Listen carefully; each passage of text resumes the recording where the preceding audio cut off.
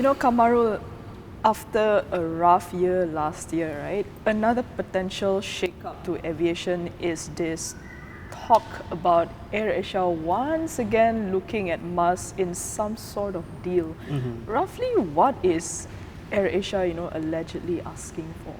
Well, there is a rumor that AirAsia is one of the 5 parties, as mentioned by Prime Minister Tun Dr. Mahathir Mohamad, that has put in proposals for Khazanah stakes in Malaysia Airlines Berhad. Okay. And according to the rumor or documents that have been going around, AirAsia is looking to acquire the stakes in Malaysia Airlines Berhad, but with caveat, with a lot of the costs associated to cleaning up the books of Malaysia Airlines have to be borne by Khazanah.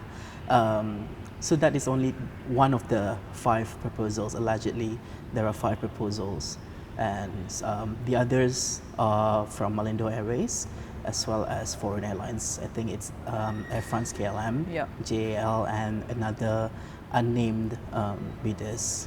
Saying that, this is a case of here we go again. But Tony Fernandez has been very vehement about not working with full service carriers and actually making AirAsia being more than just an airline. And it seems that people agree. What are they saying? AirAsia has been doing very well in the low cost segment, and they have in the past tried to form an alliance, or everyone still remembers the share swap between Malaysia Airlines and AirAsia back in 2011, if I'm not mistaken. That was when MyCC unwinded because of the potential setting up of a monopoly in the local aviation industry. AirAsia also had a partnership or a joint venture in Japan with ANA, but that also didn't go well.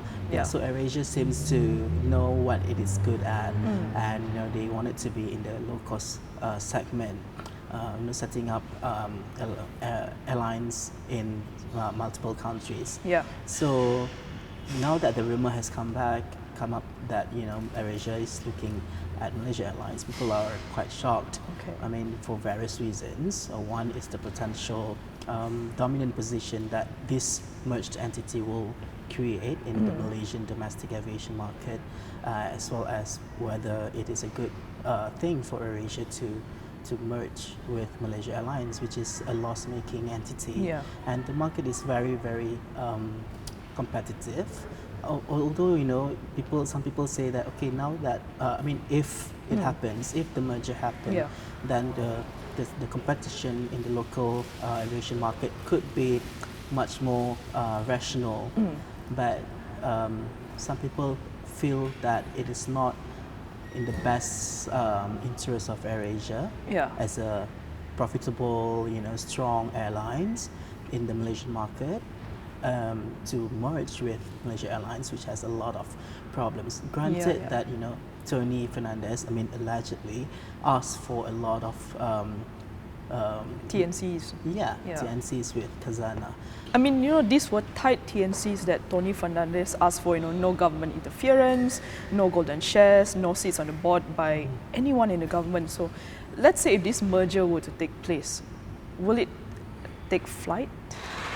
That is a big question here, because it is quite hard for the government to just not have any say at all in the running of Malaysia Airlines, because you have to remember that the merger, the proposal that AirAsia is allegedly has put in, is for Malaysia Airlines to still be operating, but in the premium segment only. So there will still be Malaysia Airlines, but no government say at all, no golden share. Without golden share, the government cannot appoint anyone on board of Malaysia Airlines. So this is something that Khazanah's managing director has actually proposed to the government, to not control GLCs through golden share and special representation of the government in the board of the GLCs.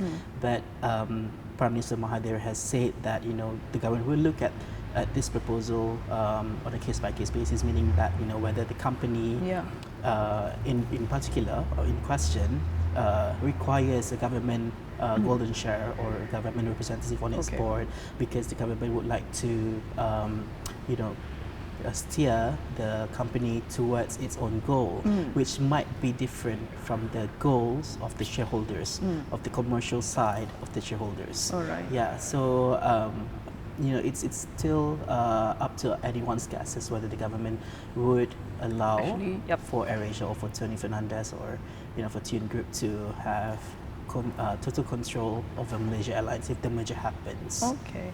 So, whether it's AirAsia or JAL or whoever that's going to buy over Malaysia Airlines, at the end of the day, right, is there still hope for Malaysia Airlines, you think? I'm still optimistic, especially, of course there are a lot of things that needs to be done at Malaysia Airlines by whoever appointed to be on the running of the company, but I still think that there is hope for Malaysia Airlines, given that the airline currently is said to require 1 billion ringgit of capital injection from Khazanah every year to sustain its operation. Which is a lot? Which is quite a lot, but I don't think it's too excessive. Okay. And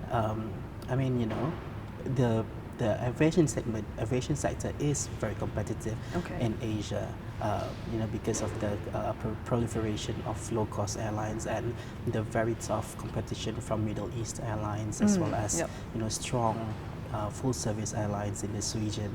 But I do think that there is still hope for Malaysia Airlines. It just needs a lot of thoughts and a lot of a good strategy put into it. For more on the stories, pick up a copy of The Age Weekly at all good newsstands.